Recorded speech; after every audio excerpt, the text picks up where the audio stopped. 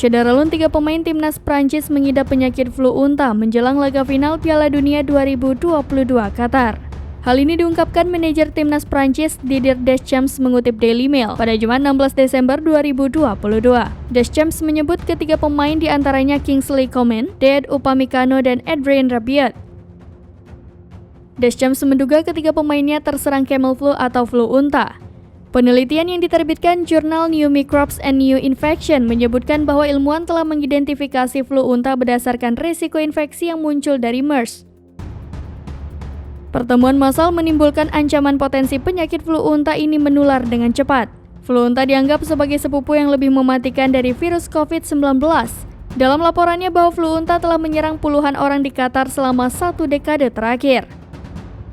Virus ini disebut membunuh hingga sepertiga dari semua orang yang terinfeksi. Flu unta telah diidentifikasi di beberapa negara di Timur Tengah, Afrika, dan Asia Selatan. WHO menyatakan flu unta dapat menular antar manusia, bahkan sejak 2012 sebanyak 27 negara telah melaporkan kasus flu unta.